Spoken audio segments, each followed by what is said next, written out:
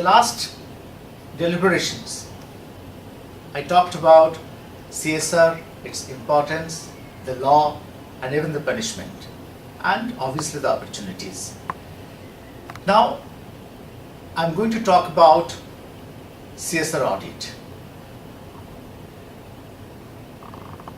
In India, around 16,000 companies are under CSR ambit. It covers nearly 20 to 22,000 crore. And the volume of the money and simultaneously the canvas of companies across India, it gives a very, very strong signal that what it could do in the next phase. It is not only about the number or the volume of what would going to be happen. It is basically how it is going to happen, in which mode it is going to take in place, the shape of the entire CSR activities, and who would going to say this is a good work and this is something lacking and this to be improved upon. Therefore, what we have been realized over these 2-3 years, CSR is a developmental law. CSR is not a criminal law, but it has its gestation, and one day, very soon, the gestation should over and going to be over. When the gestation is over, how CSR to be parameterized, CSR to be judged, CSR to be making a benefit to others, how are we going to realize it? So, I'm talking now the CSR audit. In 1997, a great person called the Sullivan, Reverend Sullivan, he is an American African preacher, promoted corporate social responsibility in apartheid Africa.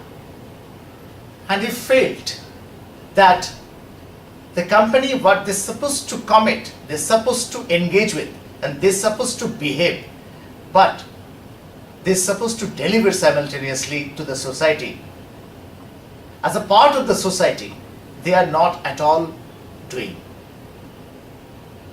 And they basically, the main objective of Reverend Sullivan was to develop a code of conduct for organizations conducting business in apartheid South Africa. I believe this is the first and the most critical reference point so far as CSR audit is concerned. In 1999, after almost 20 years, Reverend Sullivan and United Nations Secretary General Kofi Annan jointly unveiled the Global Sullivan Principle. This is one of the major contributions of Reverend Sullivan. After that, we saw SA 8000. One of the earliest CSR standards was the Social Accountability 8000, developed by Social Accountability International, an US-based non-profit organization. A lot of people they emulated, a lot of people they started taking the help to gauge their activities. SA 8000 basically talked about child labor, freedom of associations and right of collective bargaining, discriminations, and behavioral issues, abusive, exploitative, and which company basically not follow the norms. After that, the account ability, this 2A, A for account and another A for ability. AA 1000 is a set of standards developed by accountability, a US-based multinational non-profit with offices in a number of other countries. They disseminated their standard, and a lot of organizations across the world, they adopted it. Accountability principle standard, they talked about assurance standard, stakeholder engagement standards, and basically they talked about the engagement processes, purposes driven, robust and delivered results related to the AA 1000. AA 1000 in one reference if I wanted to close it, how it basically operates. It operates, and it talked about inclusivity, materiality, and responsiveness. These are the three major points AA 1000 they intervened. Later on, ISO 26000 standard, the International Organization for Standardization, it contains guideline and not requirement. ISO 26000 was a bit popular mechanism so far as CSR evaluation, CSR parameterization, CSR engagements to be judged. People helped it. People take a lot of help out of it. So it's a bit different from the conventional ISO certification standard. It was not an ISO certification standard. It was basically a recommendation mechanism. After that, in 90s only, in 1997 to be precise, US-based NGO Coalition for Environmentally Responsible Economics and the United Nations Environment Programme, they developed global reporting system, the GRI. GRI defines sustainability reporting as a process for publicly disclosing organizations' economic, environmental, social performance. The sustainability report, basically they use for benchmarking and assessing sustainability, demonstrating how the organization is influenced by expectations about sustainable development, comparing performance with an organization and between different organizations over time. The principle for ensuring report quality in the GRI format, it talks about comparability, accuracy, clarity, reliability. In 2 lines, if I conclude the GRI, what basically they talked about different performance indicators.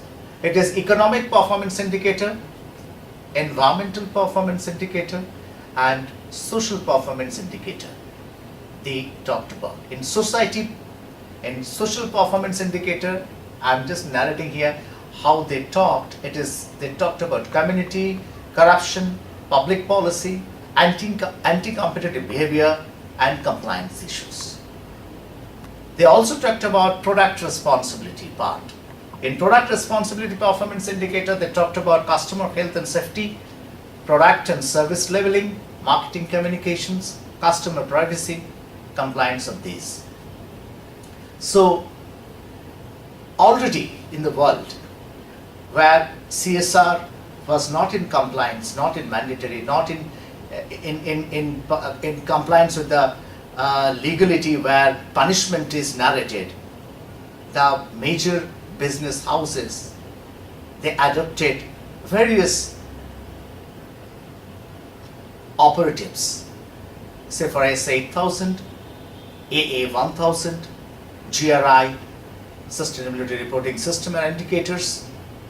Here in India, at this juncture, we need a very comprehensive, inclusively stated about the CSR audit mechanism.